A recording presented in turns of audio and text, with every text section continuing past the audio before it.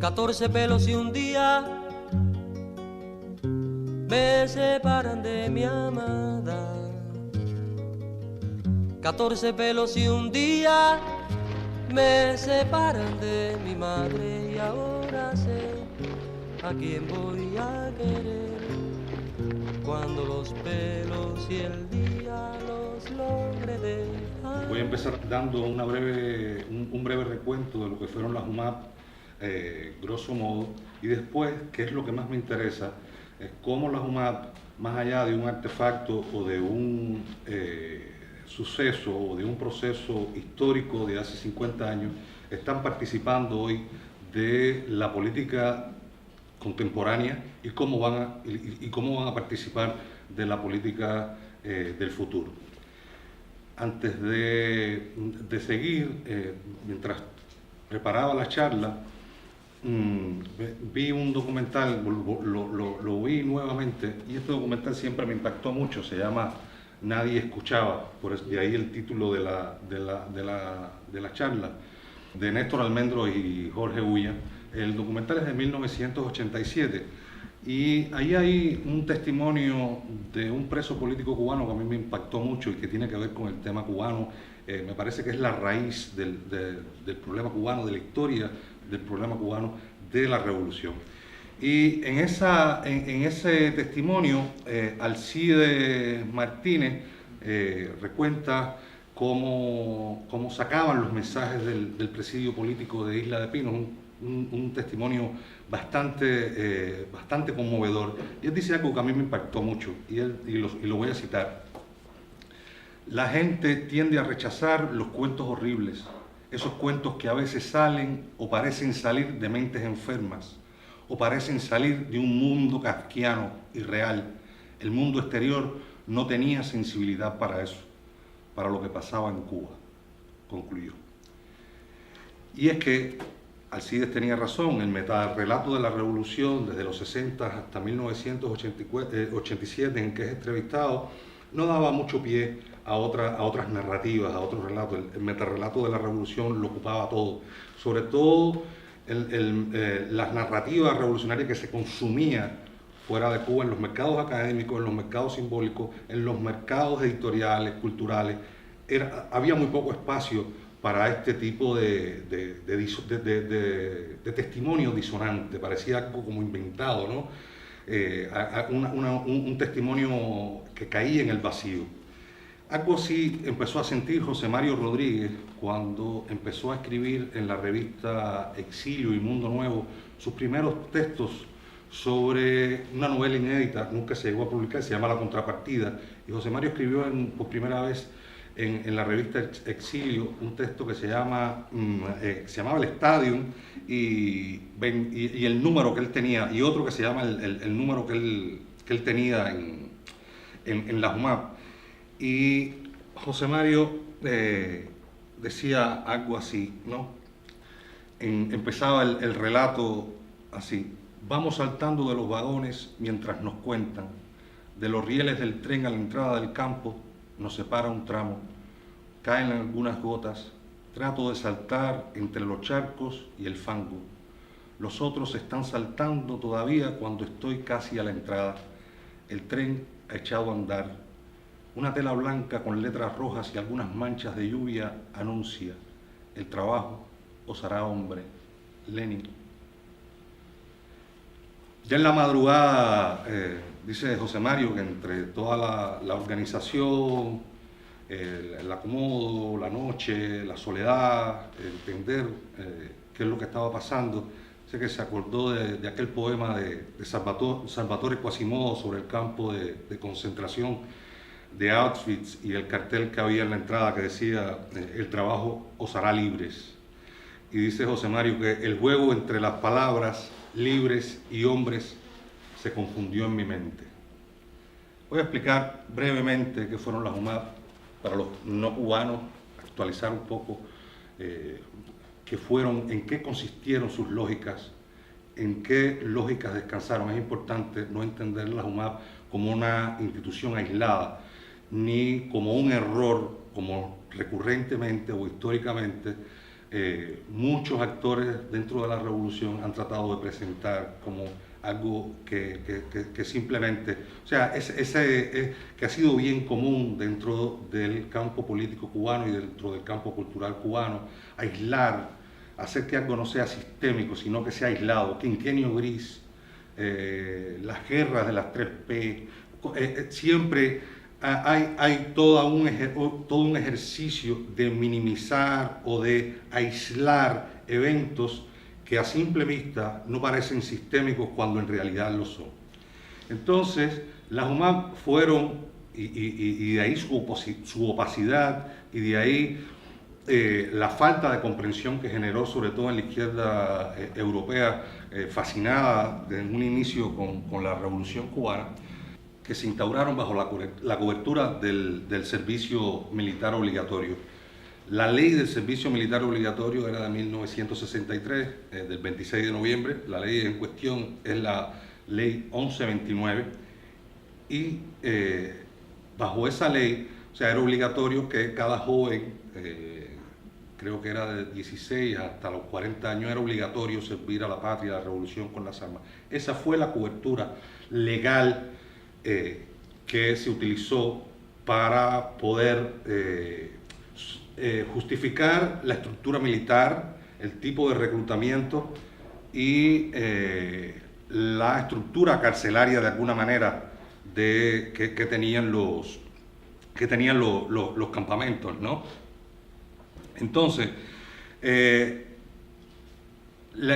o sea, Anne Applebaum, estoy recordando, ahora me viene a la mente el libro de Anne Applebaum sobre el Gulag, uno de los estudios más serios que se han realizado sobre el Gulag, sobre los campos de concentración soviéticos y de Europa del Este. Decía cómo Auschwitz lo ha ocupado todo, ¿no?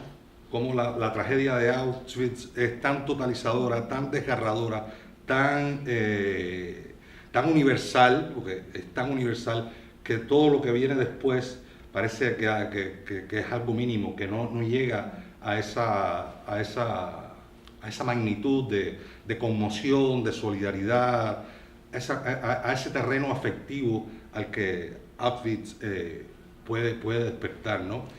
Y que como Hollywood ha prestado atención a los campos de exterminio nazi, como con películas como la revelación de la decisión de Sofía, la lista de Schindler y una serie de documentales. Sin embargo, el Gulag soviético no parece despertar el mismo interés. ¿Qué ha pasado con el caso cubano también? Los testimonios en primera persona han tratado de universalizar, o sea, participar de una conversación de la experiencia del trauma. Y a veces utilizando códigos como, o sea, tratando de ser entendidos, de participar de una comunidad traumática, han dejado por fuera los detalles del caso cubano, y eso de alguna manera restó importancia o restó credibilidad a los testimonios de los exiliados cubanos, porque los textos fundamentales que dan cuenta de las UMAC se publicaron fundamentalmente en el exilio.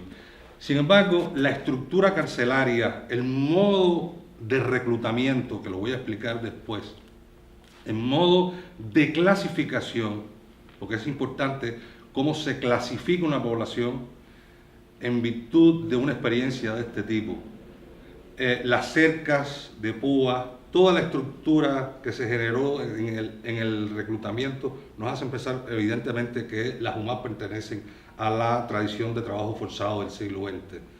El gobierno cubano ha tratado de desmentir, de alguna manera, de esto voy a hablar al final de la charla, o de quitarle un poco de fuerza a este suceso que en su momento tuvo altos costos políticos para la diligencia revolucionaria y de los que realmente no se pudieron recuperar, ¿no? Con la ruptura con los intelectuales de izquierda más importante a partir del establecimiento de la UMAP fue irreconciliable y tuvo un costo político bastante alto para la élite revolucionaria, ¿no?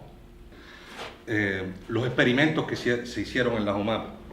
He trabajado y he entrevistado a psicólogos que después podrán ver las imágenes, que participaron en una operación secreta también conjuntamente con el Ministerio de las Fuerzas Armadas y que fueron a la UMAP a hacer experimentos con homosexuales.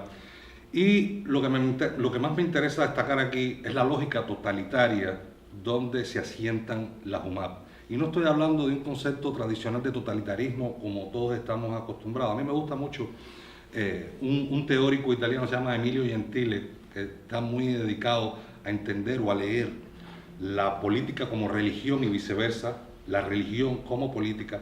Y él dice que el totalitarismo, más que un sistema de gobierno, es un ejercicio de homogenización, un ejercicio que se basa en experimentos sociales continuos, y a mí lo que me interesa es destacar cómo la isla durante este periodo de los 60 se convirtió en un gran laboratorio, ¿no?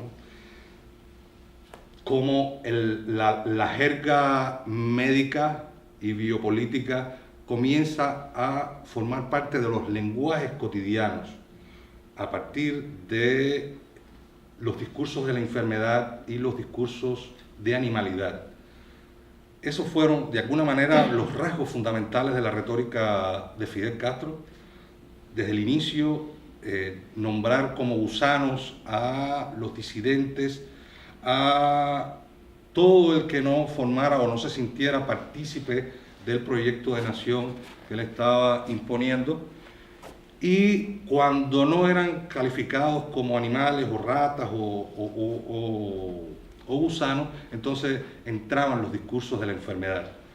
Voy a hablar de los enfermitos, una categoría política y cultural que se estableció a mediados de los años 60 y que obviamente fueron los sujetos que fueron blancos de acción y que van a ser muchos de los integrantes de las unidades militares de ayuda a la producción.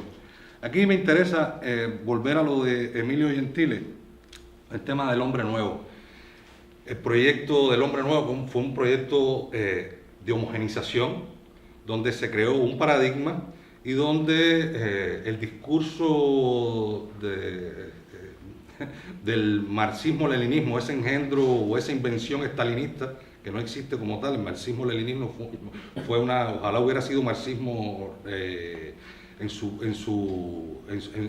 realidad y no ese engendro ideológico macabro que fue el marxismo-leninismo, que terminó siendo o distorsionando el marxismo clásico y terminó siendo un marxismo de manual para crear un dogma común a todo el eje del socialismo real y la Unión Soviética. Y el tema del hombre nuevo me interesa en la medida que constituye un paradigma y constituye un ejercicio de depuración. O sea, cómo al convertirse en un paradigma también lleva aparejado un ejercicio y un proceso de depuración. Recuerdo ahora el libro que se leía mucho en Cuba, se llamaba Cómo se templó el acero, ¿no? Y ese lenguaje de la fragua, cómo pasa la sociedad y cómo ese ejercicio sistémico de modelar masas, hombres, también genera escoria. Como la escoria es lo que queda de esa fragua y cómo también ese lenguaje de la fundición de los metales también pasó al lenguaje político, ¿no?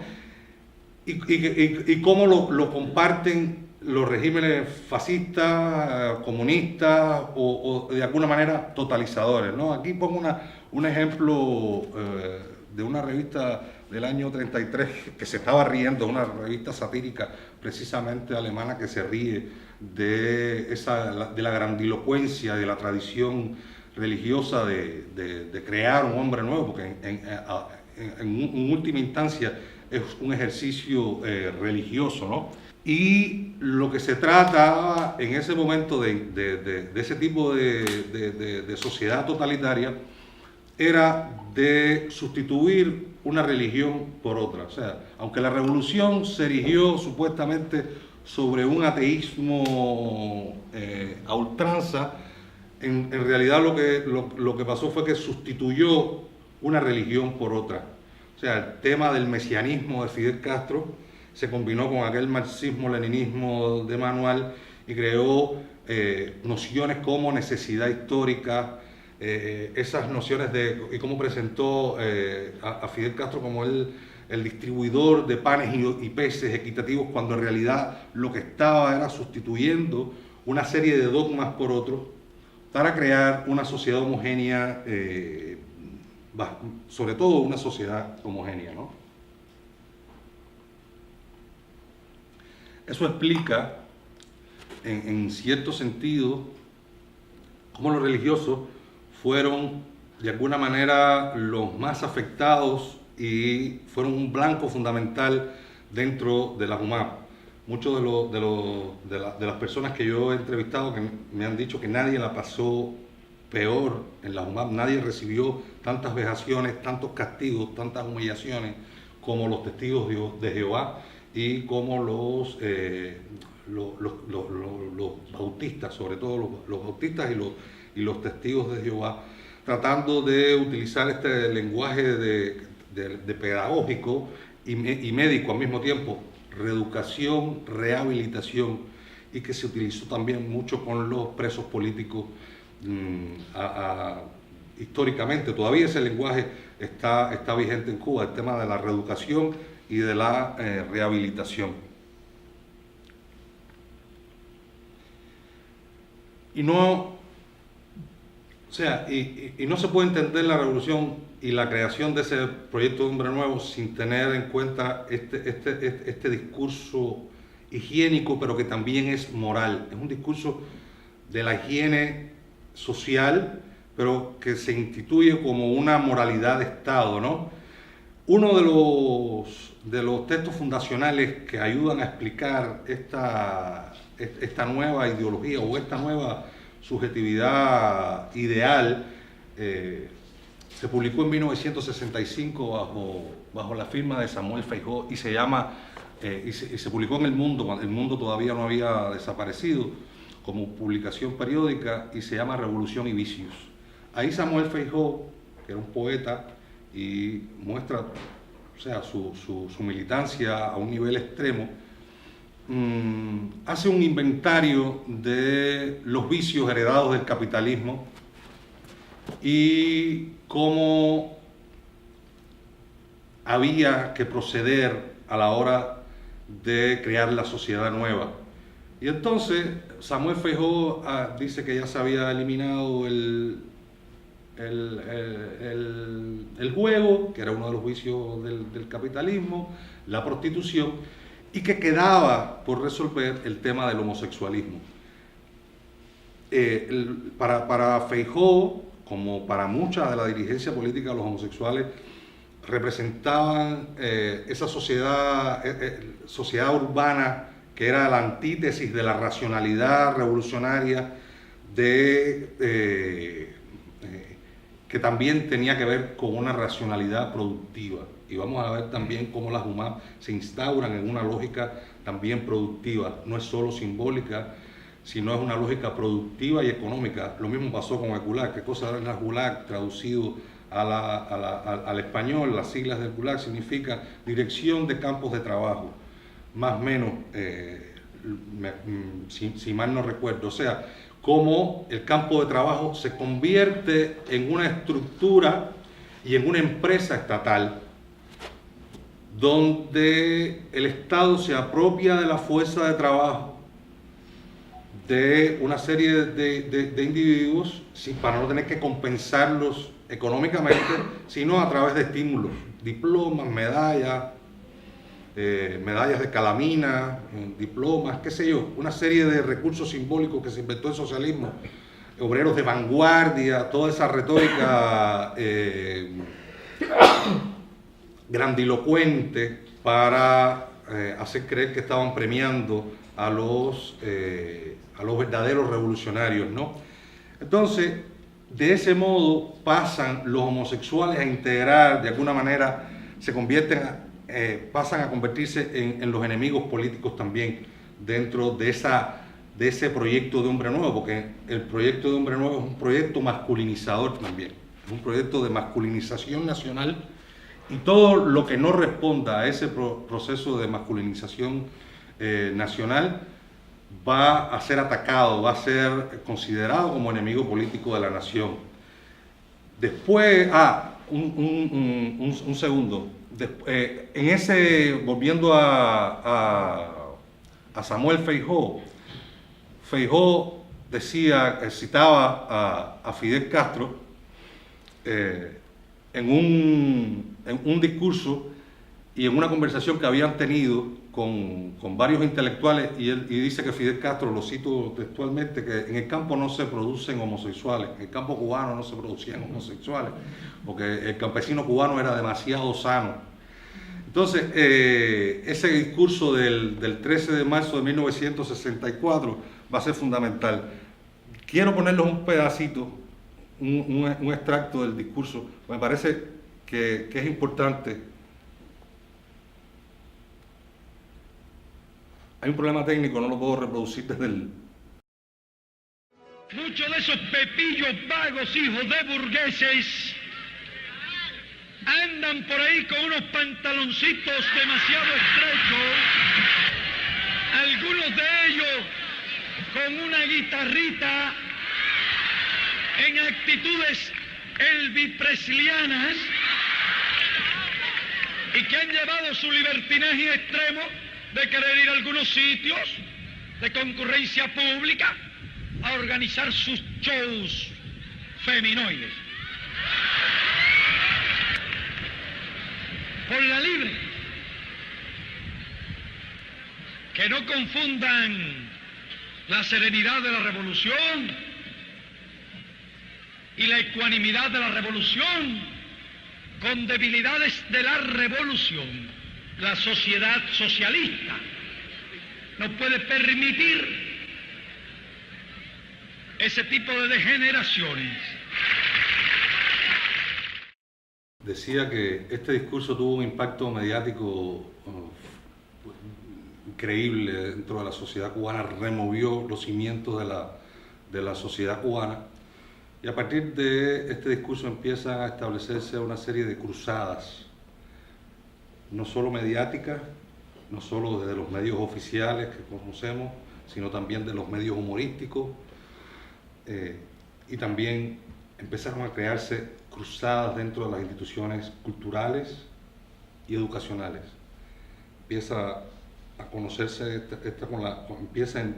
son los primeros inicios de las purgas universitarias que ocurren después, precisamente empiezan a ocurrir o a producirse después de este discurso en la universidad y en los centros de enseñanza media y superior. Muchos de los que estaban a punto de graduarse no lo pudieron hacer porque en asambleas públicas fueron expulsados de los centros de estudio y de alguna manera quedaron a la merced de las instituciones militares. Ya esto se estaba gestando, parece que se estaba gestando lo de la JUMAP, y empiezan a despedir a toda esta gente, a todos estos jóvenes, y a crear una masa supuestamente de vagos. Pues después se creará la ley de vagos en el año 71, pero empieza a utilizarse palabras o términos que a mí me parecen aberrantes, como extravagancia, diversionismo ideológico, toda una serie de retórica, de jerga, que empieza a construir el marco o un ambiente idóneo para una intervención estatal o militar mucho más profunda.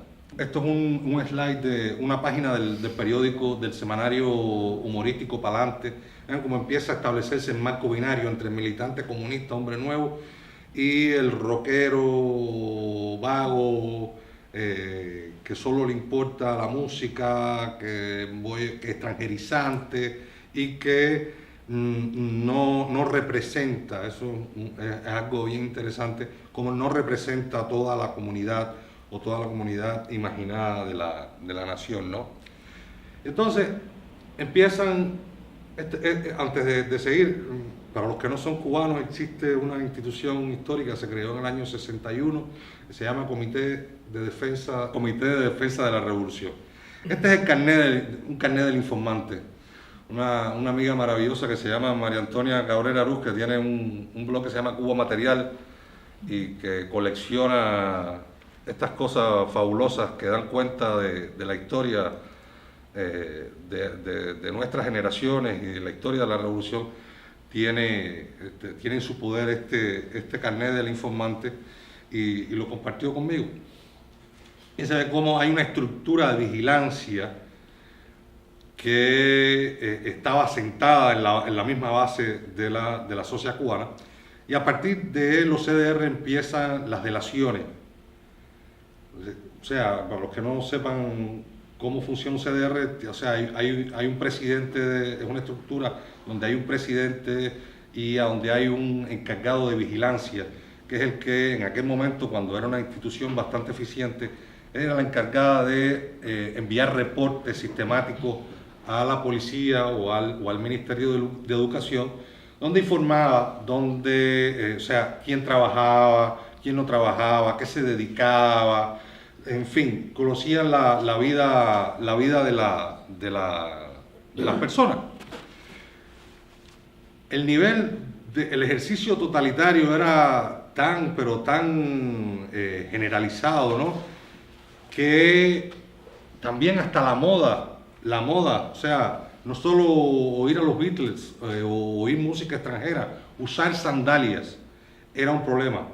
Y formó parte también, me río porque voy a comentar un discurso de uno de los ideólogos más importantes de la revolución en ese momento, que se llama Carlos Rafael Rodríguez. Cómo un funcionario, un ideólogo de la revolución puede prestarle atención a una prenda de vestir tal como una sandalia. Y esto, en la cita del discurso que voy a compartir con ustedes, es de 1966.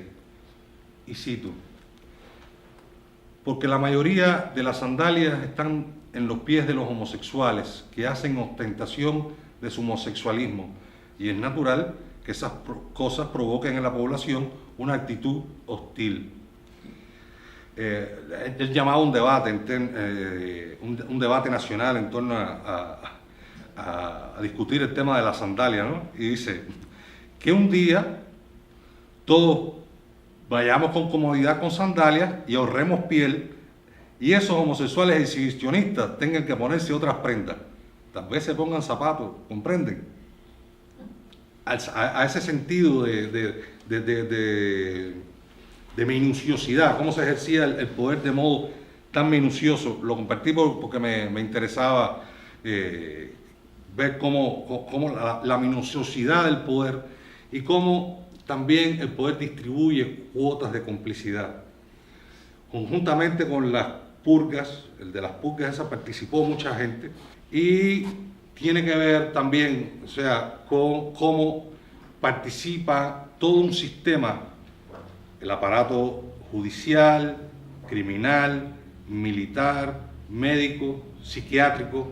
Ahora voy a compartir con ustedes unas imágenes que ya no son inéditas, pero en algún momento, pero que no han circulado mucho, y tiene que ver, son imágenes de una operación secreta que estableció las Fuerzas Armadas, el Ministerio del Interior, junto con un equipo de psicólogos, de profesores universitarios de la Universidad de La Habana, para hacer experimentos en las unidades militares de ayuda a la producción, donde aseguran muchos testigos que se utilizaron técnicas como electroshock, o técnicas de hormonoterapia, experimentos pavlovianos.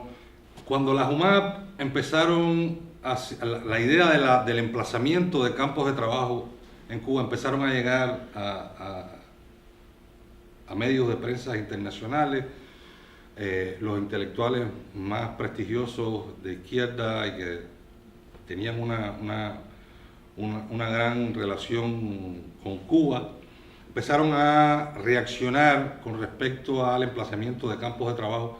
Esto dio lugar a un proceso de control de daños por parte del gobierno revolucionario y empezaron a publicar artículos como estos en publicaciones oficiales, haciendo ver como que las UMAP, lejos de ser campos de trabajo, eran centros escolares, eran instituciones educativas, y que a los confinados se les premiaba con el trabajo, que no era un trabajo de explotación, ni mucho menos, sino que participaban de la emulación socialista, o sea, de ese sistema de premios, que incluso se le daban motos, autos y equipos electrodomésticos de fabricación soviética.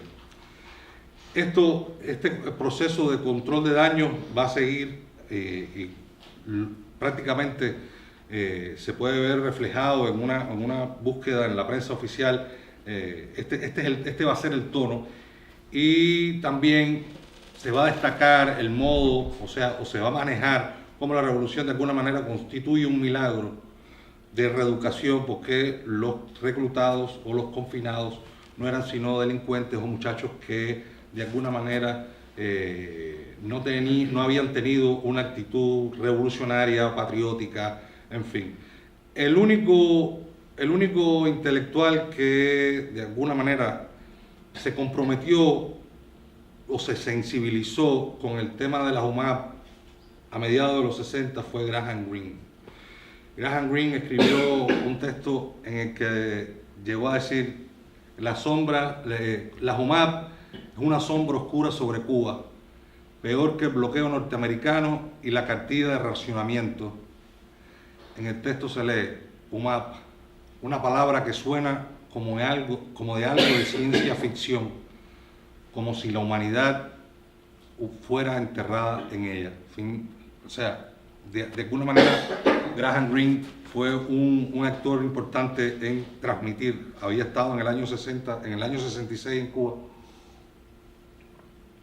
y parece que le cogió la pulsión a la calle, más allá de que haya sido una visita guiada. Sabemos cómo sucedían las visitas de personalidades al campo socialista, los guías y tal, cómo controlaban el escenario de visitas para que el visitante no tuviera una visión distorsionada de la realidad, sino una visión construida por parte de guías de turismo, de funcionarios que les daban charlas y los llevaban a todas partes y servían de traductores de la realidad cubana. Y parece que Graham Greene tuvo de alguna manera acceso a las historias o a alguien sobre las UMAP. El gobierno cubano nunca reconoció el tema de la implantación de campos de trabajo como tal, ni siquiera el tema del emplazamiento de alambres de púa, de las alambradas de alambres de púa, que son uno de los símbolos fundamentales del campo de trabajo forzado. De alguna manera por suerte quedan algunas fuentes que pueden contestar esta versión. Quiero compartir con ustedes un fragmento la canción de Pablo Milanés a las UMAP, se llama 14 pelos y un día. Y me comentaba Pablo cuando me envió la canción que él le llama 14 pelos y un día porque antes había 20. 14 pelos y un día me separan de mi amada. 14 pelos y un día me separan de mi madre, y ahora sé a quién voy a querer cuando los pelos y el día los logre dejar. Las UMAP fueron oficialmente desmanteladas, se dice, en 1968 bajo la ley 0568. El oficial que estuvo a cargo de cerrar las UMAP fue Felipe Guerra Matos, capitán Felipe Guerra Matos, que había estado con Fidel Castro en la Sierra Maestra, había sido presidente del Instituto Cubano de Recreación y Deporte, INDER, fue uno de los funcionarios que se encargó de desmantelar la Liga Profesional de Béisbol y crear instituciones revolucionarias que fueran desplazando el deporte profesional en Cuba. También se desempeñó en otros cargos. Y yo tuve la oportunidad de entrevistarlo, y de acuerdo con Felipe Guerra Matos, él fue uno de los que diseñó el programa del equipo de psicólogos de la Universidad de La Habana, y reconoció de alguna manera los abusos y atropellos que habían cometido algunos guardias, pero igual tratando de disculpar y tratando de presentar la institución como algo, como un error, como un hecho aislado y no como acto sistémico. ¿Sí? O sea, mucha gente pensó que una vez que se clausuraron las UMAP, en Cuba ya no existían más campos de trabajo forzados.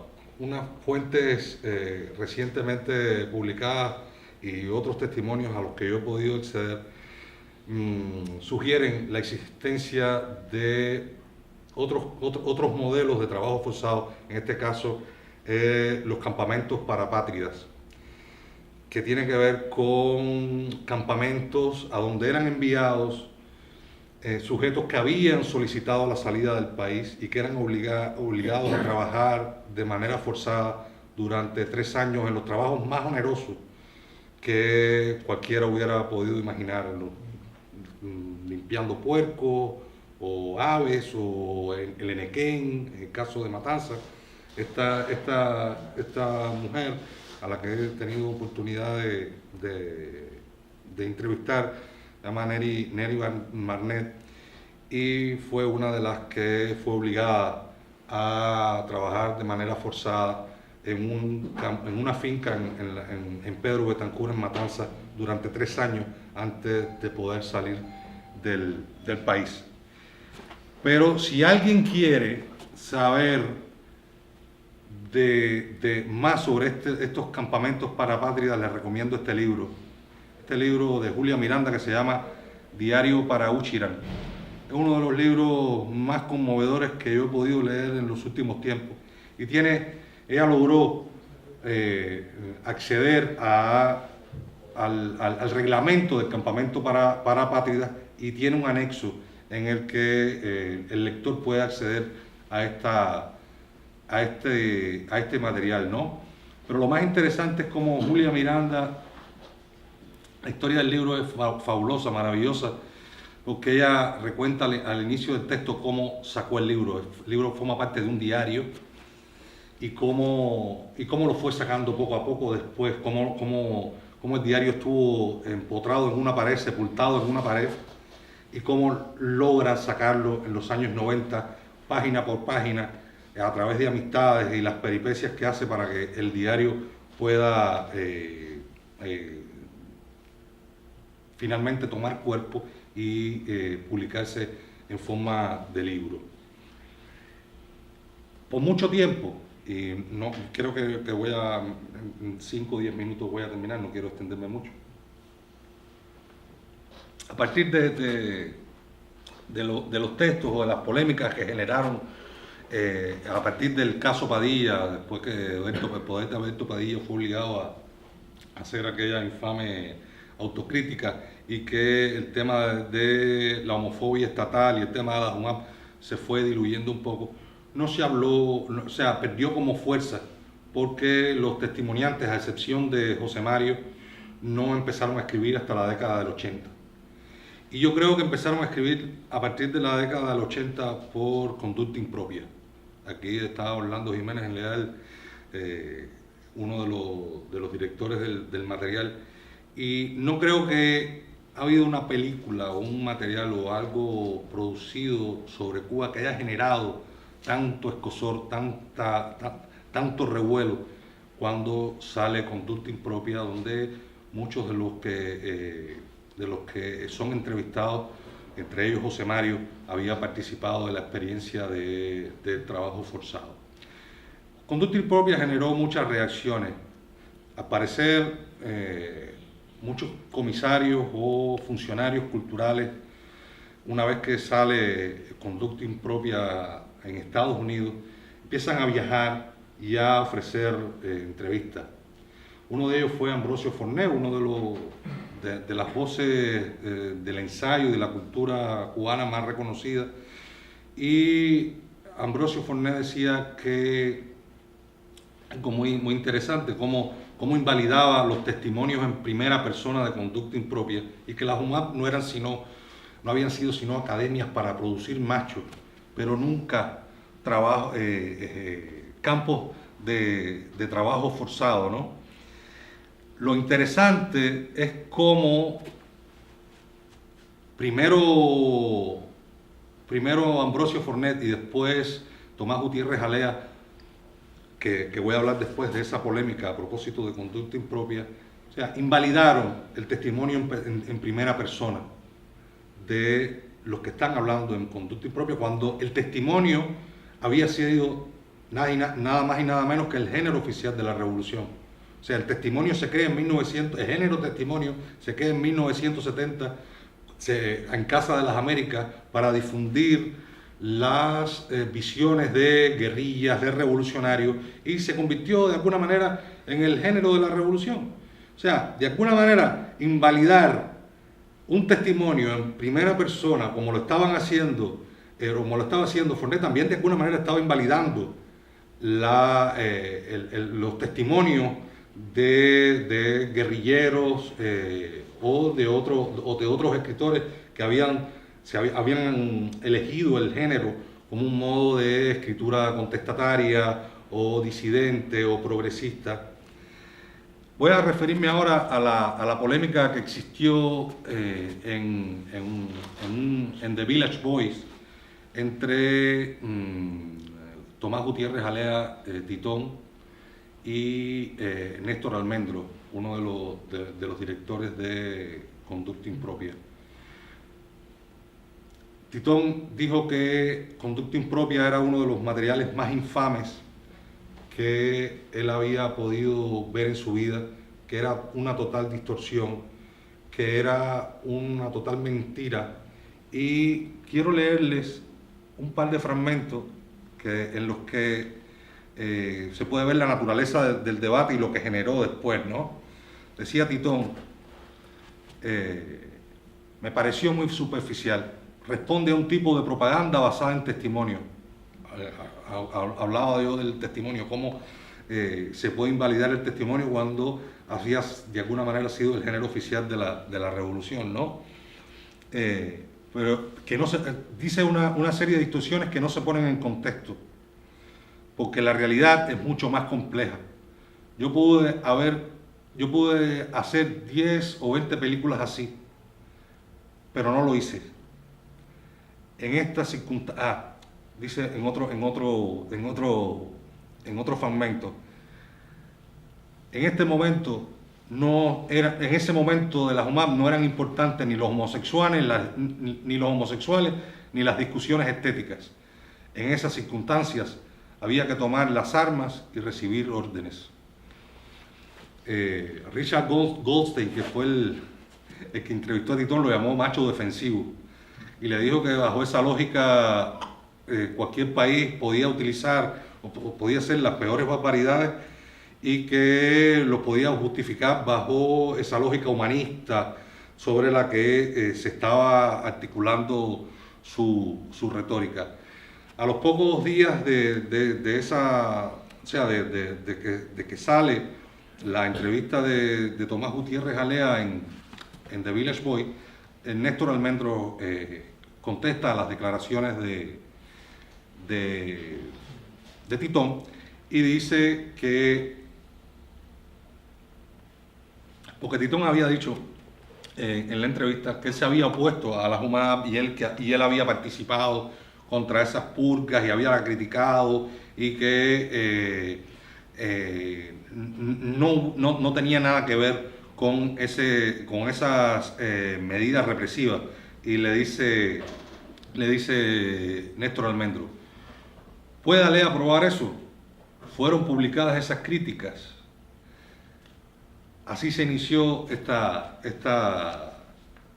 campaña, esta polémica, que me recuerda a la polémica que que se estableció en Le Temps Moderne, en los tiempos modernos, la revista que dirigía Sartre en 1952, la polémica que estableció con Albert Camus y que terminó por separarlos para siempre a partir de una reseña que se hizo sobre El hombre rebelde de Camus, que se hablaba de los gulags soviéticos. Y cualquiera que esté interesado en este debate se lo recomiendo porque es un debate bien enconado que forma parte de la historia intelectual europea y que merece la pena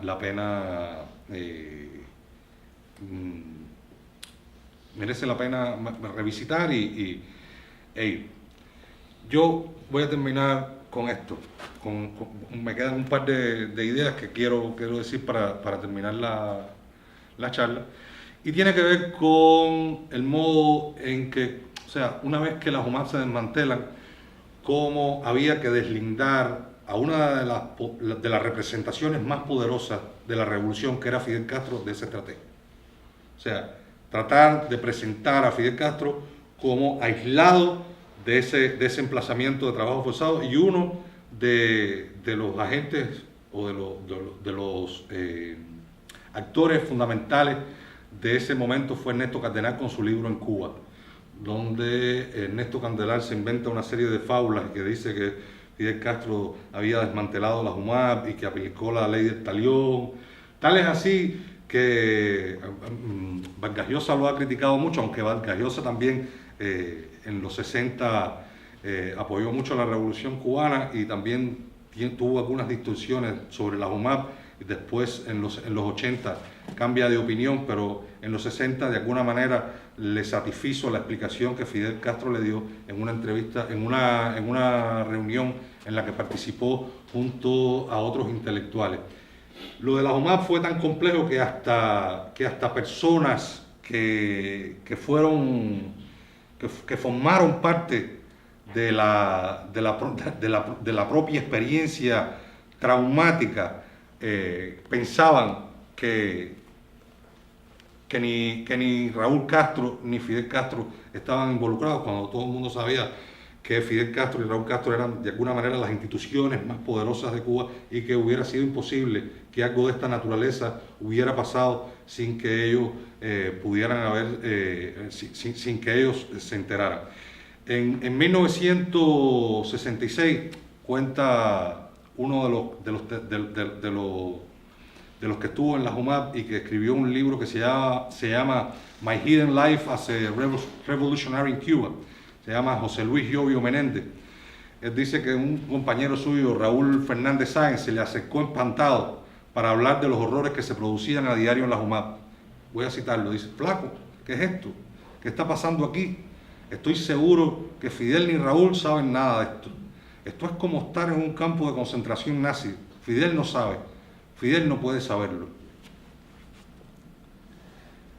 Después de Conducta Impropia, las UMAP van a ser de alguna manera una sombra negra que siempre va a aparecer diluida en referencias, en pequeñas notas de libros. Es como un saber compartido, pero no de alguna manera no hay un trabajo, o sea, no forma parte de los lenguajes colectivos de Cuba, no formó parte de los lenguajes colectivos, y eso es importante. No se socializó, todo el mundo se hablaba, pero nadie sabía ciencia cierta que habían sido las UMAP. Hasta el 2010, cuando Fidel Castro le concede una entrevista a La Jornada, específicamente a su directora, Carmen Lira, donde dice haber reconocido expresamente su responsabilidad y su participación en lo de las unidades militares de ayuda a la producción. Pero, Fidel en aquel momento habla de cómo estaba ocupado con la crisis de octubre, la revolución, porque de alguna manera él tampoco tenía esos prejuicios, es lo que dice en ese momento. Pero lo más interesante no es eso, sino lo que viene después de esa entrevista, sino todas las intervenciones que Mariela Castro Espín, su sobrina, cómo empieza a participar y a apropiarse de la UMAP para desmentir a su tío, ¿no? Aquí hay un fragmento que he seleccionado que dice: Fidel ni siquiera estaba al tanto de la JUMAP, vivía concentrado en la supervivencia de la revolución y en los cambios que se estaban haciendo en la política, las leyes en favor de los derechos del pueblo dentro de complejas y tensas relaciones internacionales. En aquel momento Mariela habló de que iba a llevar a cabo una investigación, cosa que nunca ha sucedido hasta el momento. Y para una investigación de ese tipo hay que abrir los archivos, pienso yo. Habría que abrir los archivos, no sé si existen los archivos, dicen las fábulas urbanas, dice el escritor Norberto Fuentes que los archivos de la UMAP fueron incinerados. Habrá que esperar, la historia dirá. Pero lo que más me interesa es cómo las UMAP empiezan a convertirse a partir de entonces en un artefacto de negociación política, de reconciliación con el pasado histórico de discriminatorio y represor de la Revolución Cubana, y cómo se convierte en un artefacto de imaginación política y de generación de un marco que yo he llamado travestismo de Estado, y que tiene que ver con un proceso de lavado de memoria y con reescritura de la historia. Y cómo este proceso interviene específicamente en zonas históricamente complejas para la tradición revolucionaria y que tuvieron altos costos simbólicos y políticos, no solo en aquel momento, sino en la actualidad, porque el gobierno cubano no ha reconocido la existencia, o sea, no ha ni siquiera pedido perdón por el emplazamiento de esos campos de trabajo. Pero lo interesante es cómo este travestismo de Estado produce o sea, está encaminado y articulado a producir una transición amnésica, en la que distribuye una serie de discursos y cómo una serie de actores intervienen específicamente y quirúrgicamente sobre temas complejos de la historia cubana para proponer una visión de alguna manera cómoda o potable al marco postrevolucionario que se está gestando, la transición postsocialista y postrevolucionaria. No me voy a extender mucho, solo quiero hablar, y ya para terminar, voy a ponerles primero la literatura y los testimonios fundamentales de la UMAP, de lo que se ha producido. Uno de los eventos concretos que tienden a producir este marco de transición o de entendimiento amnésico de la complejidad histórica de la revolución sucedió en 2015 en el Centro de Reflexión y Diálogo de la provincia de Matanzas, en Cárdenas específicamente, donde se reunieron por Rafael Hernández, que es uno de los actores culturales y políticos más importantes de la actualidad, y que dirige una revista que se llama Temas, y que Temas es un espacio de crítica controlada. Eso es otra de las características del travestismo de Estado: generar actores e instituciones que generen espacios de crítica controlada y que generen visiones de cómo investigar, de cómo pensar y de cómo integrar esas nociones y esos procesos a el futuro postsocialista. En Cárdenas, por ejemplo, fue muy interesante el evento que organizó Rafael Hernández, porque invitó a cancerberos que nunca, o sea, a guardias que habían participado de la custodia de los reclusos en la UMAP, e invitó a varios